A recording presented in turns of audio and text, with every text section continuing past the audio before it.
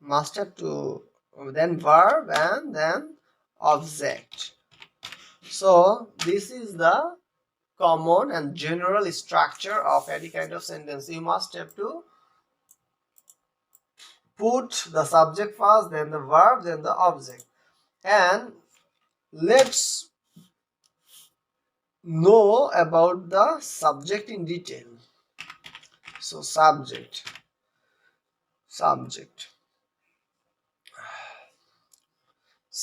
means the person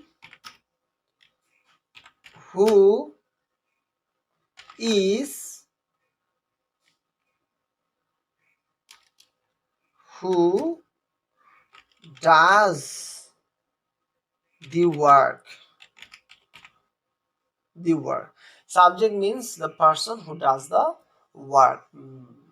I mean, subject is the action doer. Okay, so the action doer means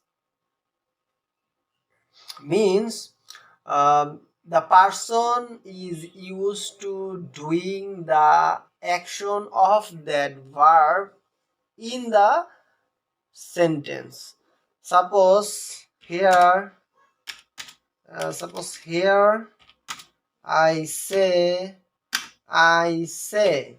here I say. So say is the verb and the action doer of this verb is I. So here I is subject because I is the action doer of the next word say. Okay, so who says? I say. So we can find out the subject. We can find out the subject. How to find out the subject with asking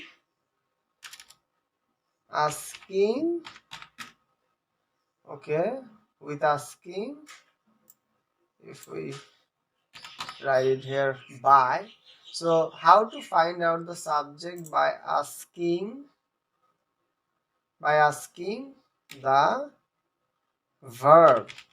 verb. Okay, so we can find out the subject by asking the verb with who. Okay, with who.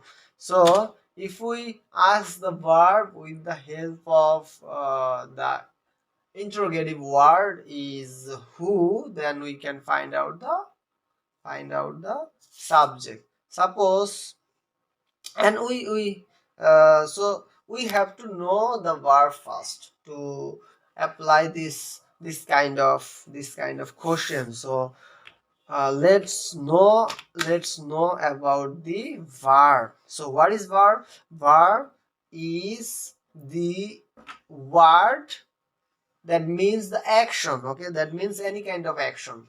Suppose if we say bird is any kind of action? No, bird is just a name. Okay, bird is just a name. Bird itself cannot express the action. Okay, so but if we say eat, okay, eat. But if we say eat, so you know the meaning of eat? To have something, okay. So eat itself means the action, the specific action of this word. So this can be called verb. Suppose help itself means the action. Okay, so the word in sentence which means the action, any kind of action, it can be called verb.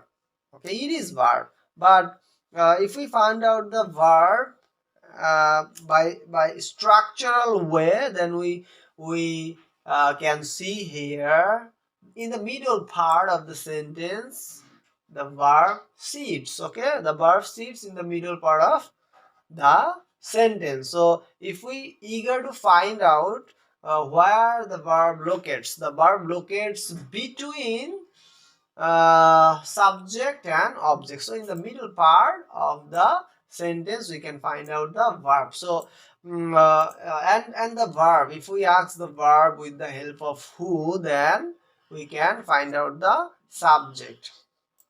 Suppose eat, verb is let me give you an example. Help. Okay, help is a verb, and if I write down with this help, then we help you. Okay, so here there are three words in this sentence. One word is we, and the middle part of the sentence is help, and the second and the third one is you.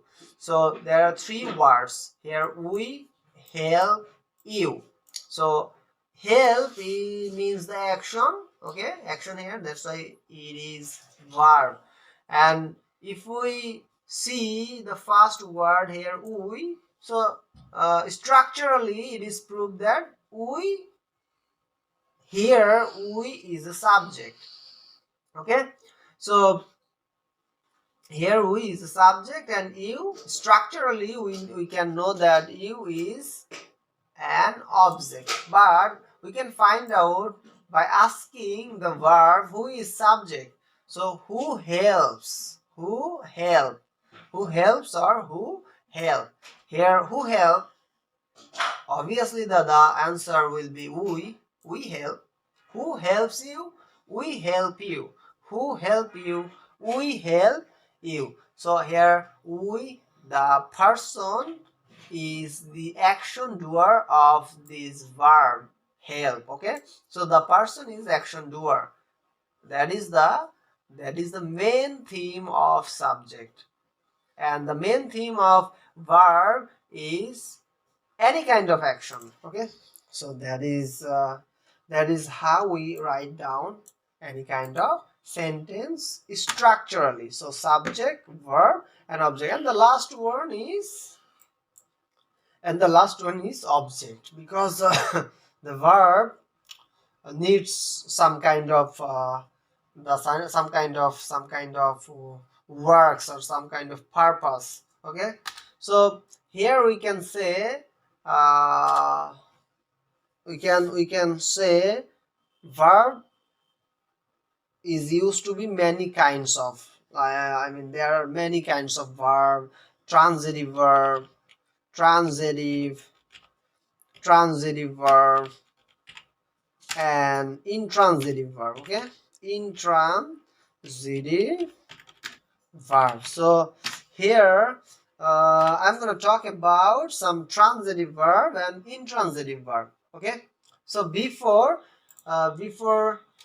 delivering my lecture regarding transitive verb and intransitive verb, I want to let you know about subject